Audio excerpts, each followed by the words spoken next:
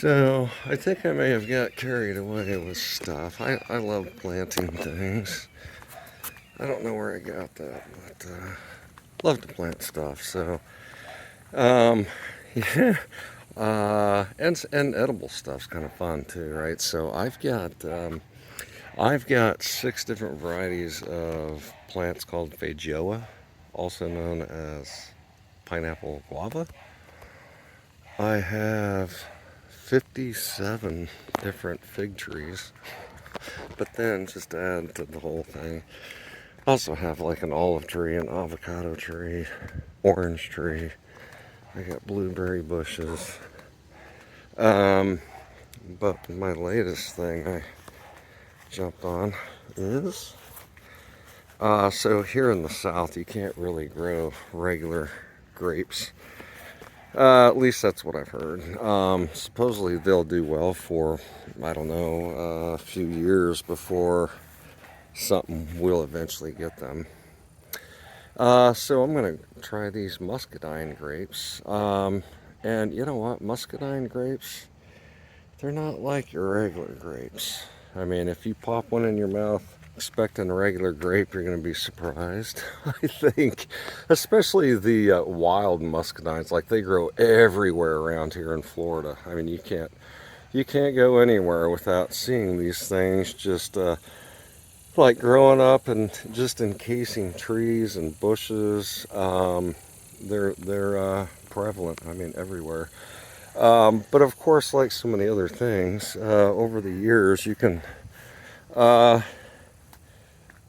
I don't know what you call them, hybridize them, you cross them, do all this crazy stuff, and come up with new varieties, excuse me, of muscadines.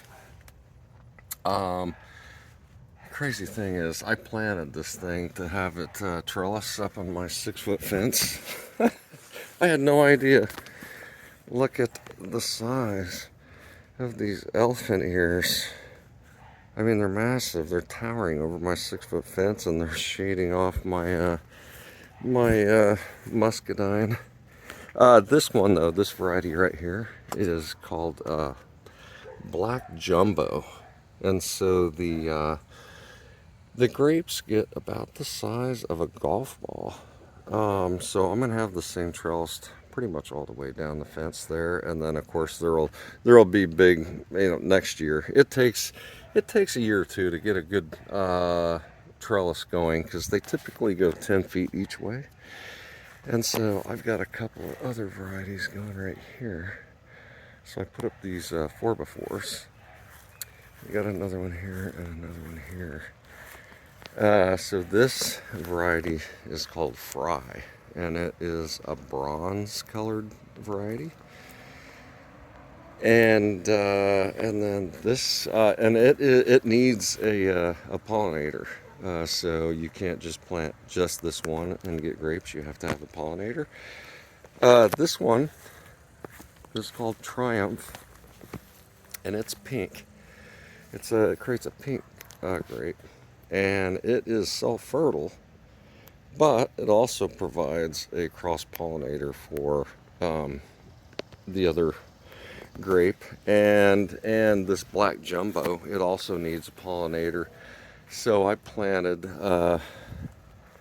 this one right in between the two of them to provide pollination. But so you can see I've got my trellises going each way, and you got to keep them bent down. Looks like I've got some bugs eating the end of that one. But you get them trellised going down both ways, and until you get both going, down to the ends of each side, you have to make sure you keep these side bush vines pinched. You really don't want any like vines growing down low. You want them to focus across the tops here, and then the grapes come. Funny thing is, this thing, even though it's young, you can see I do have some grapes, and they're not bad. These Triumphs actually are really good.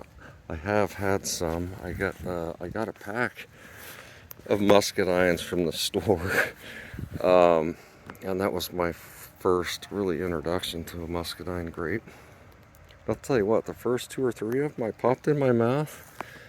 Kind of like, I don't know if I really like these or not, because I was expecting a regular grape. But you know, after I had probably about 10 of those grapes, I actually started liking them. I think I just had to get past that weird expectation of eating like a regular green grape you buy at the store. And the thing about muscadines, though, too, is unlike regular grapes, they are absolutely packed full of like minerals and vitamins and antioxidants. But the weird thing is, most of all that goodness is in the seeds of the grape and the skin, but primarily the seeds first, then skin, and then of course the nice tasty inner has the like least amount of goodness in it. But so you know, a muscadine grape typically has, I don't know, maybe like 2 to 3 seeds in it. And it's funny because you see a lot of people like just nip the end off the grape, pinch it into their mouth, spit the seeds out, and toss the skin and the seeds. I mean, that's where all the really good nutrition is. So, you know, like anything else, I think so many things are kind of an acquired taste. If you can just get past that weird, I don't know, maybe texture, because the seeds are small, they're kind of woody, and they are supposed to be really good for you. So I kind of got to the point where I don't mind them at all. I actually kind of look forward to eating some muscadine grapes now. So anyway, just another thing to add to the backyard, along with all my figs. Thank you for watching.